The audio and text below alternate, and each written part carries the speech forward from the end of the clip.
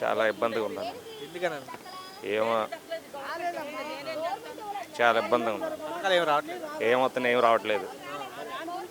అమలు చేశారు అసలు ఒక్క పథకం రాలేదు. ఆ, ఏదో రోజు జగన్ ఉన్నప్పుడే అమ్మఒడి నెలకి సంవత్సరానికి 18,000 పథకాలు ఆ. పథకాలు ఏమి రాలేదు. ఇవన్నీ మాయ మాటలు తప్పించి ఏమీ లేదు. మరి చంద్రబాబు నాయుడు గారు 6 గ్యారెంటీ పూర్తి చేశారు. ఆ సూపర్ పాలన తొలడికి అని చెప్పి అందరు ఇంటింటి ఏం చేశారన్న? ఎప్పుడో 23 సంవత్సరాలు ఎప్పుడో రాజధాని అనేది ఎప్పుడు సచ్చేది ఎవడో బతికేది ఎవడో తెలియదు. అది 23 సంవత్సరాలకి సచ్చేది ఎవడో బతికేది ఎవడో రేపు గంటకు ఉండడం పోతా తెలియదు. 23 సంవత్సరాలు రాజధాని చేస్తారు. సచ్చేది ఎవడో బతికేది ఎవడో. చక్కని పొలాలు నాశనం చేసి రాజధాని చక్కని పొలాలు అన్నం పెట్టి పొలాలు నాశనం చేసి 23 సంవత్సరాలు చచ్చేది ఎవడో బతికేది ఎవడో తెలియదు. అంటే ఇప్పుడు అక్కడ 3 సంవత్సరాలు అమరావతి కంప్లీట్ చేస్తా ఉంటారు కదా. అయిద్దా 3 సంవత్సరాలు? అయిద్ది. ఏమన్నా అట్టముక్కలతో కట్టేది ఏంటి రాజధాని? ఏమైనా అట్టముక్కలతో కట్టేది 3 సంవత్సరాలు ఒక రోజులో చేసేయచ్చు. పథకాలు ఏమి రావట్లేదు.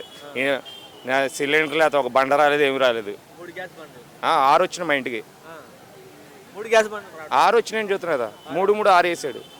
ఒక్క బండ రాలేదు. ఆ ఒక బండ తిరగాలి, 10 రోజులు తిరగాలి దాని వెనకాల.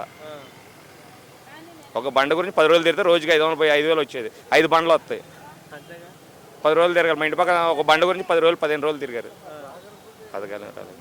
ఇంటికి వద్దకు రేషన్ బియ్యం వాహనాలు కానీ అట్లా మొన్న కూడా చెడగొట్టాడు కదా. ఇంటికి వచ్చి వేసుకెళ్ళేవాళ్ళు, ఇంటికి వచ్చి ఇంటి ముందు వచ్చి బియ్యం వేసేవాళ్ళు. అది చెడిపోయింది.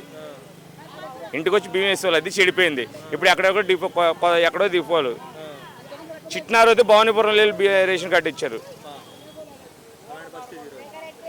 మనం తప్పుగా మాట్లాడలేదు. చిట్నారు అయితే అక్కడికి వెళ్ళి భవానీపురం రేషన్ కార్డు ఇచ్చాడు. 10 కేజీలు బియ్యం అది